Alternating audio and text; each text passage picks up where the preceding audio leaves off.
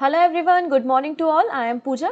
आज हम डिस्कस कर रहे हैं 15 जुलाई के करंट अफेयर्स। आई होप जिन लोगों का भी एसएससी का पेपर रहा होगा काफ़ी अच्छा गया होगा, और हमने एसएससी के पेपर का एनालिसिस भी किया जानने के लिए कि कहीं कोई पॉइंट हमसे छूट तो नहीं रहा है जहाँ पे हमें करंट अफेयर्स को और भी ज़्यादा इम्प्रूव करने की ज़रूरत है। तो हमने पाया कि नहीं, हम जो बातें कर रहे हैं वो सारी की सारी बातें पेपर में आ रही हैं, लेकिन एक पैटर्न देखा गया। वो पैटर्न ये था कि 2022 के स्पोर्ट्स के जो करंट अफेयर्स थे ना, स्पेशली वो आपको यहाँ पर सेट में देखने को मिले। एक क्वेश्चन पूछा गया था कि एएफसी जो एशियन विमेन एशियन कप है वो किस कंट्री ने होस्ट किया था। ऑब्वियसली बात है, इंडिया जब किसी गेम को, बड़े स्पोर्ट को होस्ट करता है तो वो सुर्खियां बना रहता है जब तक अगला टूर्नामेंट नहीं हो जाता।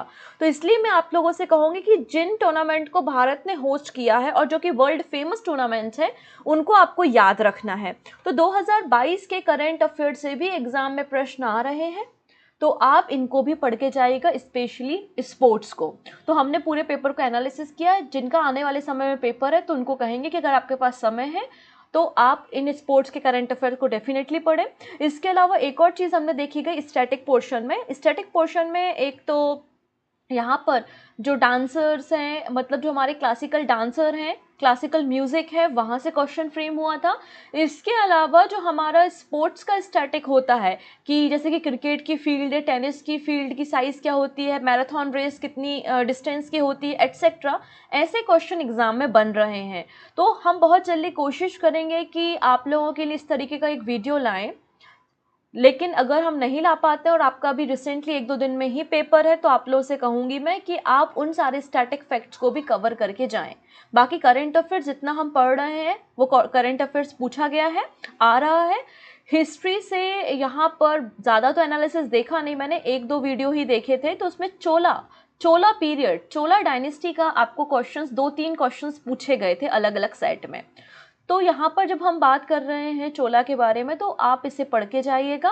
अब जिन लोगों का भी लेट पेपर है या अभी कुछ समय बाद पेपर है तो उनको टेंशन लेने की बिल्कुल ज़रूरत नहीं, क्योंकि मैंने आपको पहले ही कहा था कि मैं history to the point series आप लोगों के लिए रन कर रही हूँ। History to the point series आपको कहाँ पर मिलेगी, तो आप जब परचम क्लासेस यूट्यूब चैनल को ओपन करेंगे तो प्ले लिस्ट है ना, तो प्ले लिस्ट में आपको हिस्ट्री की क्लासेस मिल जाएंगी। अभी मॉडर्न हिस्ट्री की टू द पॉइंट क्लासेस उसमें चल रही हैं।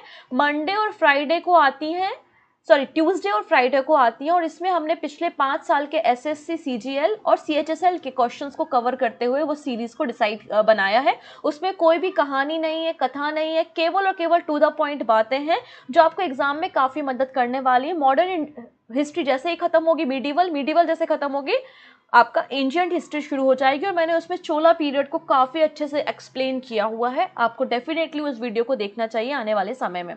ओके, इतनी चीज़ें।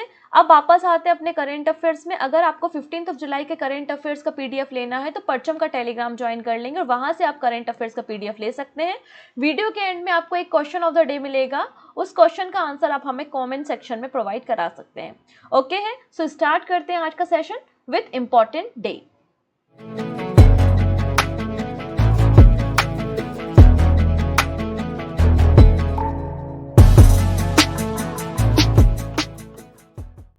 सो 15 जुलाई को हम सेलिब्रेट कर रहे हैं world youth skills day. World youth skill day हर साल हम 15 जुलाई को सेलिब्रेट करते हैं। यूनाइटेड नेशन के द्वारा इस दिन को डिक्लेयर किया है। 2014 से 2014 से हम इस दिन को सेलिब्रेट कर रहे हैं। अब यहाँ पे थीम क्या है, तो वर्ल्ड यूथ स्किल्स डे की थीम है skilling teachers, trainer and youth for a transformative future. ये इस साल की थीम थी। इसके अलावा अगर आप लोग हमारी वेबसाइट पर विजिट किए होंगे या फिर परचम के एप्लीकेशन को डाउनलोड किया होगा तो आपको वहाँ पर इस तरीके का एक प्रोडक्ट दिखाई दे रहा होगा विच इज़ द सीए रफ्तार। इस सीए रफ्तार में क्या है मैं आपको शॉर्ट में ब्रीफ करती हूँ। यहाँ पर देखिएगा 6 मंथ की हेडलाइन है, जनवरी से लेकर जून मंथ तक की। पहले आपको जनवरी मंथ की सारी हेडलाइंस मिलेंगी, अपॉइंटमेंट्स हो गए, फिर बुक्स हो गई, इस तरीके से ये सारी कैटेगरी आपको अलग अलग मिलेंगी। फिर फेब का, फिर ऐसे ही आपको मार्च, अप्रैल, मई, जून का। तो जिससे आपको यहाँ पे टाइम कंज्यूम, अगर आपके पास टाइम बहुत कम है, आपको बिल्कुल रिसेंट एग्जाम देना है तो आप इस मैगजीन को पढ़ सकते हैं। तो आपके पूरे टू द पॉइंट हेडलाइंस जो है वो यहाँ पे कवर हो जाती हैं। ओके, अब बात करेंगे कुछ इंपॉर्टेंट पर्सन्स के बारे में। कुछ समय पहले मैंने आपको बताया था कि प्राइम मिनिस्टर मोदी जो हैं वो यहाँ पे फ्रांस एंड उसके बाद यूएई की यात्रा पे जाएंगे। अभी फ्रांस में है, उसके बाद यूएई की यात्रा पे ये जाने वाले हैं। और मैंने आपको 14 जुलाई के बारे में पहले ही बताया था। 14 जुलाई को क्या हुआ, तो 14 जुलाई को देखो, पहली चीज तो चंद्रयान 3 को लॉन्च कर दिया गया। सतीश धवन स्पेस सेंटर से चंद्रयान 3 को हमने लॉन्च किया है, जो कि बताया जाता है कि 23 अगस्त में जो है वो लैंड करेगा कहाँ पे, मून पे। तो हमें 23 अगस्त का इंतजार है, पर फिलहाल इसे लॉन्च कर दिया गया है LVM-3 के जरिए, राइट, जिसके बारे में हमने डिस्कशन किया था। इसके अलावा प्राइम मिनिस्टर मोदी फ्रांस की परेड में शामिल हुए थे 14 जुलाई को। और फ्रांस गए तो फ्रांस गए होंगे तो कुछ ना कुछ तो इनको सम्मान दिया ही होगा। आइए हम उसके बारे में बात करेंगे। यहाँ पर देख सकते हैं आप, Grand Cross of the Legion of Honour, ये जो है वो फ्रांस का highest civilian and military honour होता है, जो कि प्राइम मिनिस्टर मोदी को दिया गया। और ऐसा फ्रांस का इस ऑर्डर को पाने वाले ये हमारी कंट्री के पहले प्राइम मिनिस्टर बन गए हैं, prime minister Narendra Modi. So PM Modi receives France highest award Grand Cross of the Legion of the Honour. और ये अवार्ड जो है वो फ्रांस का highest civilian and military honour है, जो कि प्राइम मिनिस्टर मोदी को दिया गया जब वो विजिट पे गए हुए थे फ्रांस में। और ये अवार्ड उन्हें प्रेजेंट किया है फ्रांस के प्रेसिडेंट एमेन्युअल मैक्रोन ने। He also become the first Indian Prime Minister to receive this honor। इसको आपको याद रखना है। इसके अलावा जो अभी 14 जुलाई को फ्रांस की नेशनल डे परेड थी, उसके सेलिब्रेशन में भी गेस्ट ऑफ ऑनर के रूप में जो थे प्राइम मिनिस्टर मोदी को बुलाया गया था। अच्छा, ये जो अवार्ड है इसके अलावा और किन लोगों को दिया गया है, तो नेल्सन मंडेला, किंग चार्ल्स और एंजेला मार्कल, इनको भी इसी अवार्ड से पहले नवाजा जा चुका है। नेक्स्ट पर्सन है यहाँ पर लिथुआनिया के नए ambassador, who has been appointed as the next ambassador of India to Lithuania। तो लिथुआनिया में भारत के अगले राजदूत के रूप में किसे नियुक्त किया है, तो आंसर हो जाएगा देवेश उत्तम।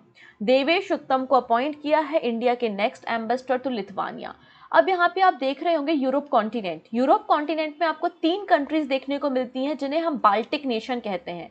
इन्हें हम बाल्टिक नेशन इसलिए कहते हैं क्योंकि बाल्टिक सी के किनारे सिचुएटेड है, ठीक है। कौन कौन से हैं, तो एस्टोनिया, लातविया और लिथुआनिया, ये दिख रहे हैं 3 कंट्रीज। इन तीनों कंट्री को हम क्या कहते हैं, बाल्टिक कंट्रीज के नाम से भी जानते हैं।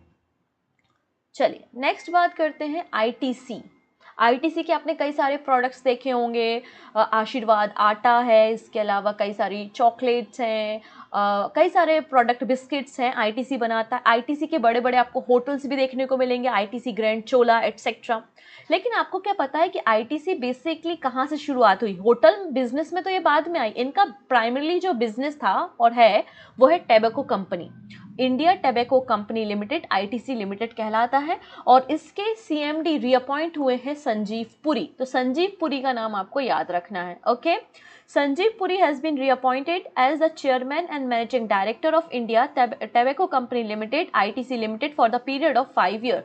5 साल के लिए इनको अपॉइंट किया गया है। रिसेंटली यहाँ पे एक कमिटी बनाई गई थी और उस कमिटी के रिकमेंडेशन के बाद ये डिसीजन लिया गया है। ये अपना टेन्योर शुरू करेंगे 22 जुलाई 2024 से। इसके पहले भी ये executive officer, chief executive officer Feb 2017 से रहे हैं। अब एक नई बुक आई है जो कि बड़ी इंपॉर्टेंट बुक है, उसके ऊपर हम चर्चा करेंगे। A new book prism the ancestor about of rainbow released.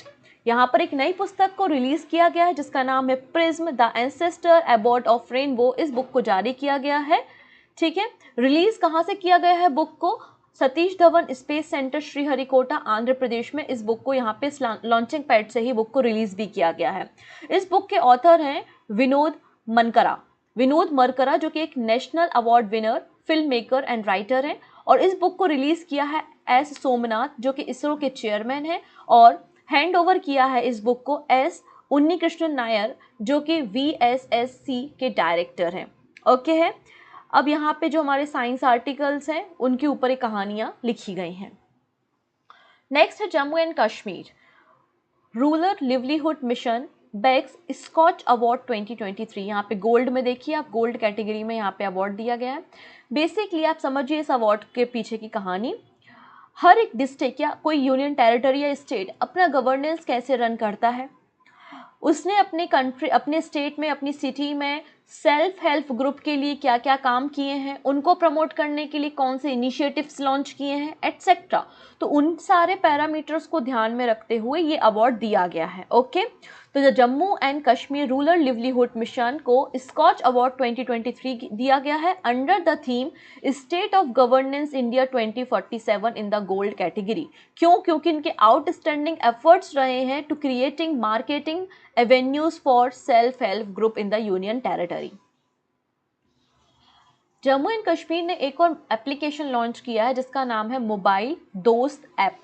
तो जम्मू एंड कश्मीर के जो चीफ सेक्रेटरी है डॉक्टर अरुण कुमार मेहता, उन्होंने इस नए एप्लीकेशन को लॉन्च किया है जो कि सिंक होता है आपका मोबाइल हमारा दफ्तर प्रोग्राम से, और इस एप्लीकेशन का नाम है मोबाइल दोस्त ऐप। इसका मकसद क्या है? देखो, ये मोबाइल दोस्त एप्लीकेशन है, आप इसे डाउनलोड करेंगे, आपके फ़ोन में ये एप्लीकेशन होगा। इसके अलावा जो यूनियन टेरिटरी की जितनी भी स्कीम्स रन होती हैं, आप कौन सी स्कीम का फ़ायदा ले सकते हैं या फिर कौन सी स्कीम्स आपके लिए यूज़फुल होंगी, वो सारी जानकारी यहाँ पर अवेलेबल होंगी और एक सिंगल टैप करने से आपको सारी जानकारी उस स्कीम की मिल जाएंगी। It is a pioneering initiative for the mobile based delivery of citizen centric service in the UT to enhance accessibility and the convenience, ensuring that every individual of Jammu and Kashmir will get benefits from the government services at their fingertips। Next है, यहाँ पर देखिए एक MOU sign हुआ है ministry of defence और फसई के बीच में। क्या है ये एमओयू, हम बात करेंगे।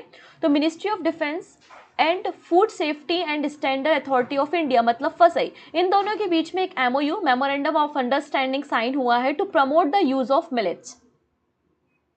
To promote the use of millet, क्योंकि मिलेट्स को खाना एक अच्छी हैबिट है, ईटिंग प्रैक्टिस एक अच्छी है और एक बहुत ही हेल्दी न्यूट्रिशन होता है।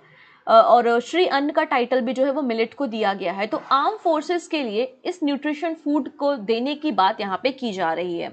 Sign the MOU to promote the use of millet and healthy eating practices among the arm forces and the insure safe and nutrition food. ये एमओयू राजनाथ सिंह जो कि डिफेंस मिनिस्टर है और डॉक्टर मनसुख मंडाविया जो कि मिनिस्ट्री ऑफ हेल्थ को संभालते हैं उनके बीच में हुआ है।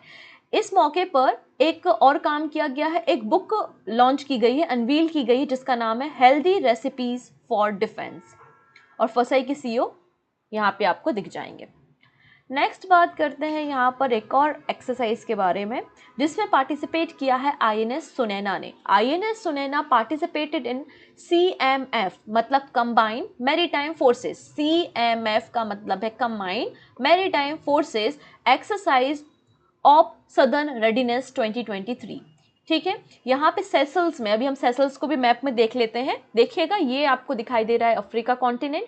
अफ्रीका कॉन्टिनेंट में एक तरफ आपको अटलांटिक ओशन और दूसरी तरफ इंडियन ओशन देखिएगा। इंडियन ओशन में आपको आइलैंड नेशन देखने को मिलेगा जिसका नाम है सेसल्स, जिसकी कैपिटल विक्टोरिया है। तो यहाँ पर सेसल्स के बारे में बात हो रही है जहाँ पे ये CMF हुआ है। ओके, कंबाइंड मैरीटाइम एक्सरसाइज यहाँ पर हो रही है।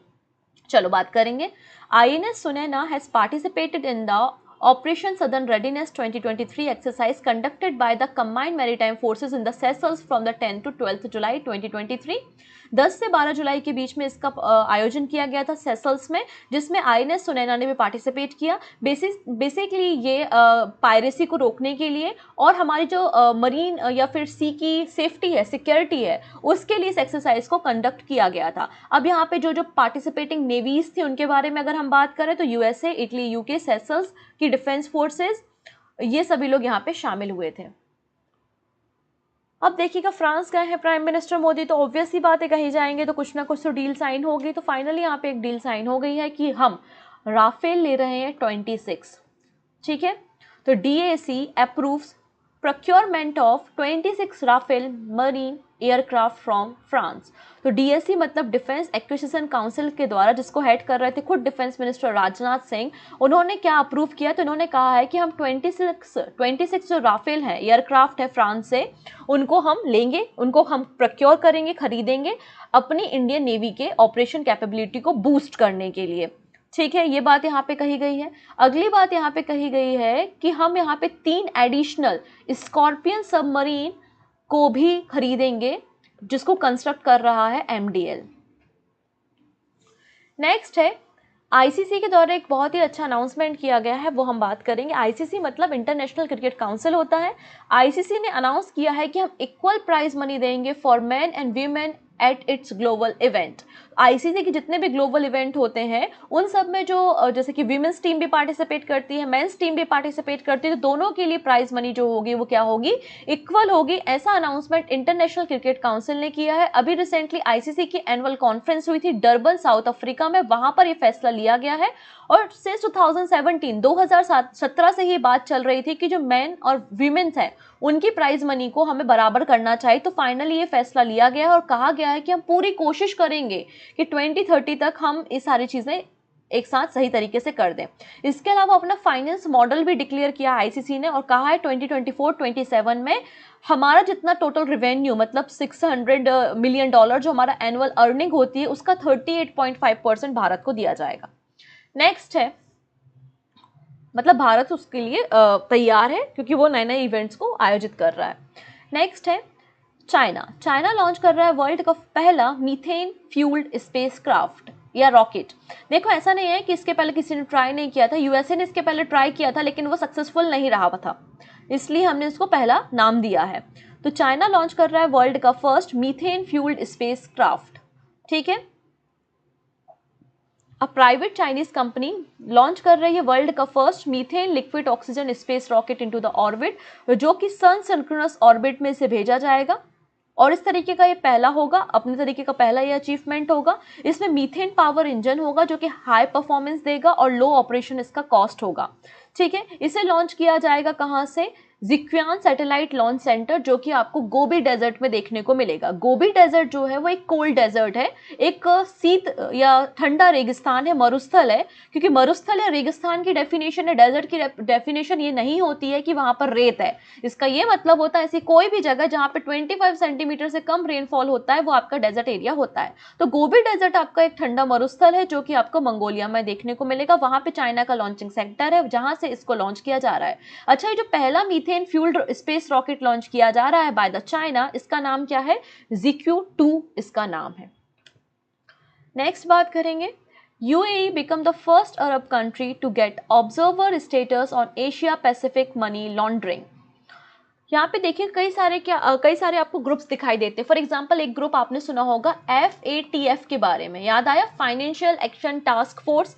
हम सुनते हैं कि FATF ने पाकिस्तान को ग्रे लिस्ट में ऐड किया, फिर हम सुनते हैं कभी कि FATF ने पाकिस्तान को वापस से ग्रे लिस्ट में ऐड किया। ऐसी बातें आप लोग सुनते रहते होंगे, हमने खुद न्यूज़ में डिस्कस की हैं। तो ये जो FATF है मतलब फाइनेंशियल एक्शन टास्क फोर्सेस का काम क्या होता है कि अगर कहीं पे टेररिज्म एक्टिविटीज़ हो रही हैं, टेररिज्म के लिए फंडिंग हो रही है, मनी लॉन्ड्रिंग हो रही है टेररिज्म एक्टिविटीज़ को बढ़ाने के लिए, तो उन पे निगरानी रखने का काम ये FATF करता है। उसी प्रकार का एक ग्रुप है यहाँ पे एशिया पैसिफिक मनी लॉन्ड्रिंग के लिए, और इसका ऑब्जर्वर कंट्री बनाया गया है UAE को। ये पहली बार कोई अरब कंट्री ऑब्जर्वर स्टेटस ले रहा है। तो United state Emirates has become the first Arab country to receive observer status in the Asia Pacific group on the money laundering। Okay, एक रीजनल बॉडी है ये बेसिकली। रिसेंटली APG मतलब Asia Pacific group की जो meeting हुई थी वो Vancouver Canada में हुई थी और वहां पर ये फैसला लिया गया था और UAE ने भी इस मीटिंग को ज्वाइन किया था एज अ ऑब्जर्वर स्टेटस। किसी भी कंट्री को ऑब्जर्वर कब मनाया जाता है, जब वो इंटरेस्ट दिखाता है कि हाँ वो भी चाहता है कि मनी लॉन्ड्रिंग ना हो, वो भी चाहता है कि टेररिज्म एक्टिविटी को कंट्रोल किया जाए, किसी भी प्रकार की टेररिज्म फंडिंग ना हो। तो जो इंटरेस्ट दिखाता है उसको ही तो ऑब्जर्वर बनाया जाएगा। तो ये इंटरेस्ट UAE ने शो किया जिसके बाद इसे ऑब्जर्वर बनाया गया। ओके, नेक्स्ट न्यूज़ हम बात करेंगे। अब ये जो न्यूज़ है बेसिकली अगर मैं देखूं बड़े पैमाने पे इसको, ये किसी SSC एग्जाम में नहीं पूछी जाएगी। ये न्यूज़ आपको जो बनेगी वो UPSC के लेवल की न्यूज़ है, ठीक है, या फिर किसी स्टेट PCS का एग्जाम आप दे रहे हैं तब ये न्यूज़ आप लोगों के लिए फायदेमंद होगी। शॉर्ट में हम देख लेते हैं इसको। 3000-year old condor's passageway discovered at Peru temple site. अब देखिएगा जैसे कि हमारी कंट्री में इंडस वैली सिविलाइजेशन की कितनी सारी साइट्स हैं, है कि नहीं है। हम धौलावीरा के बारे में बात करते हैं, राखी गढ़ी के बारे में बात करते हैं, लोथल के बारे में बात करते हैं। वैसे ही हर एक कंट्री में अपनी कुछ कल्चरल साइट रही हैं, आर्कियोलॉजिकल साइट रही हैं जो कि यूनेस्को वर्ल्ड हेरिटेज साइट में भी शामिल है। फॉर एग्जाम्पल हम बात कर रहे हैं पेरू के बारे में, है ना। पेरू के बारे में हम बात करें तो पेरू में भी एक साइट है जो कि चेविन कल्चर से फॉलो करती है और ये जो साइट है इसको 1985 में यूनेस्को ने वर्ल्ड हेरिटेज साइट में भी डिक्लेयर किया है। और यहाँ पर जो टेम्पल है यहाँ पर एक हिडन और बहुत ही पुराना पैसेज डिस्कवर किया गया है। आर्कियोलॉजिस्ट ने पेरू में 3000 ईयर्स पुराना एक सील्ड पैसेज वे को डिस्कवर किया गया है, ठीक है, जो कि एंशिएंट चैविन कल्चर से बिलोंग करता है। ठीक, यहाँ पर इस पूरे पाथवे में या इस कल्चर में आपको कई सारे आर्ट वर्क देखने को मिलेंगे जो कि बर्ड्स के हैं एंड कैट्स के हैं। अगर मैं आपको इस कल्चर के बारे में थोड़ा सा बताऊं, चैविन दी हंटर कल्चर ये एक आर्कियोलॉजिकल साइट है जो कि लीमा पेरू में है। ओके, ये जो साइट है वो लगभग 1500 से लेके 550 BC के आसपास की ये साइट बताई जाती है। यहाँ पे बताया जाता है कि ये जो लोग थे बेसिकली इनका राइज जो है वो इनका एम्पायर से हुआ था आज से 2000 साल पहले, और इन्होंने मतलब सर्व किया है as a centre of social, political and religious activities in Andes highland. इन लोगों ने एशिया रीजन में या फिर कह सकते हैं अपने रीजन में रिलीजियस इनके पास हायरार्की थी, जैसे कि हमने हड़प्पन सिविलाइजेशन में बात करते हैं, वैदिक कल्चर में एक रिलीजियस हायरार्की के बारे में बात करते हैं, ट्रेडिंग नेटवर्क के बारे में बात करते हैं, तो इनका अपना एक सोफिस्टिकेटेड सोसाइटी थी, अपना एक रिलीजियस हायरार्की थी और एक ट्रेडिंग नेटवर्क इनका हुआ करता था। यहाँ पर इंप्रेसिव स्टोन बिल्डिंग्स हमको मिलती हैं, टेरेस मिलते हैं और कई सारी चीज़ें हमको यहाँ पे मिलती हैं, कार्विंग्स मिलती हैं, और इसे 1985 में यूनेस्को वर्ल्ड हेरिटेज साइट में शामिल किया गया था। अब बात करेंगे हम प्रधानमंत्री आवास योजना अर्बन के बारे में। प्रधानमंत्री आवास योजना अर्बन, पहले इसके बारे में बात करते हैं। इस स्कीम को 25 जून 2015 में लॉन्च किया गया था। 25 जून 2015 को प्रधानमंत्री आवास योजना अर्बन को लॉन्च किया गया था, ठीक है, जिसका मकसद क्या था? इसका मकसद था, गवर्नमेंट का मिशन था housing for all by 2022 for urban housing, ठीक है। इसे ministry of housing and urban affairs ने डेवलप किया था। इसका मकसद ये था कि जो अर्बन पुअर है, मतलब जो शहरी क्षेत्रों में रहने वाले लोग हैं जिनकी आय बहुत कम है, EWS कैटेगरी में जो आते हैं और उनके पास भी पक्का हाउस होना चाहिए, तो उनको एक सब्सिडी रेट में सब्सिडी दी जाएगी इनको इंटरेस्ट रेट में, और वो किसी भी बैंक से लोन वगैरह ले सकते हैं और अपने पक्के हाउसेस को बना सकते हैं और इजी इंस्टॉलमेंट में EMI के फॉर्म में वो अपनी किस्तों को चुका सकते हैं। इस तरीके से प्रधानमंत्री आवास योजना अर्बन चलती थी और बहुत ही कम इसमें ब्याज दर या इंटरेस्ट रेट लगाया जाता है। अभी तक जो EWS वाले थे उनके लिए इनकम जो था वो 3 लाख होनी चाहिए। मतलब अगर आपको प्रधानमंत्री आवास योजना का फायदा उठाना है अर्बन एरिया में, अगर आप EWS कैटेगरी में हो तो आपकी जो इनकम है वो 3 लाख रुपए से कम होनी चाहिए। लेकिन अब इस इनकम को इंक्रीज करने की बात यहाँ पे की जा रही है। क्या है? Government doubles income slab for EWS under प्रधानमंत्री आवास योजना अर्बन।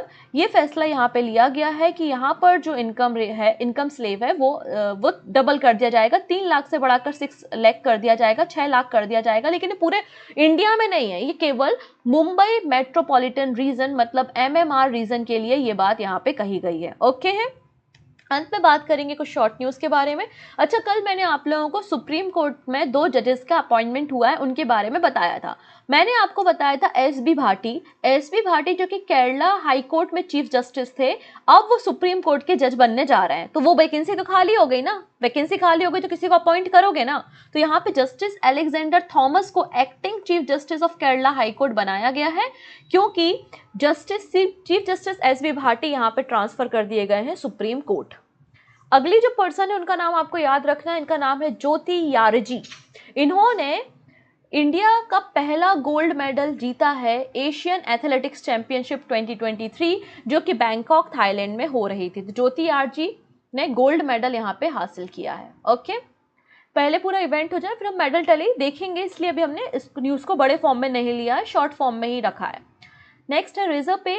इसने पहला इंटरनेशनल पेमेंट गेटवे लॉन्च किया है मलेशिया में। अंत में है कुछ MCQ। पहला क्वेश्चन है, which state government has launch pilot project for of the Antyodaya श्रम सुरक्षा एक्सीडेंट इंश्योरेंस स्कीम। आंसर हो जाएगा यहाँ पे क्या?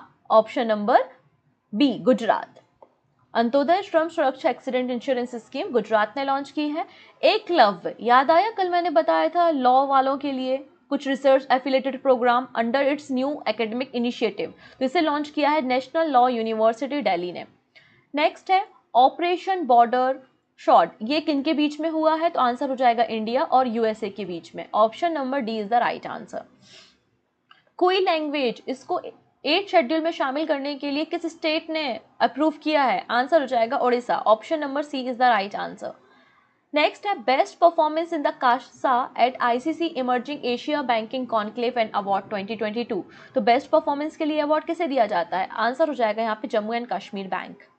नेक्स्ट बात करेंगे, which insurance company has won the Insurer Innovation Award 2023 for the Asia Pacific मतलब APAC region at the world digital insurance award. तो आंसर हो जाएगा यहाँ पे बजाज आलियांज इंश्योरेंस।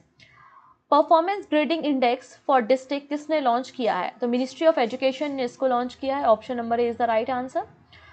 अब यहाँ पे इस क्वेश्चन को हम यहीं पर डिस्कस कर रहे हैं। साइंटिस्ट ने डिस्कवरी की है formation of phosphine in which planet. तो फॉस्फीन के फॉर्मेशन की डिस्कवरी किस प्लैनेट में साइंटिस्ट के द्वारा की गई? तो आंसर हो जाएगा वीनस, हमारा शुक्र ग्रह। ठीक है, उसमें इसके फॉर्मेशन ऑफ फॉस्फीन की डिस्कवरी के बारे में बात की गई है, फॉस्फीन की डिस्कवरी के बारे में। नेक्स्ट है silver medal para athletic world championship में किसने जीता है? तो आंसर हो जाएगा निशात कुमार ने जीता है। With whom has the defense minister tie up for safe and nutritious food for the armed forces? Amul, FSSAI, ministry of agriculture, none of these. जो भी सही आंसर होगा कमेंट में दीजिएगा। बाकी सारी बातें करेंगे कल के सेशन में। Take care and bye bye.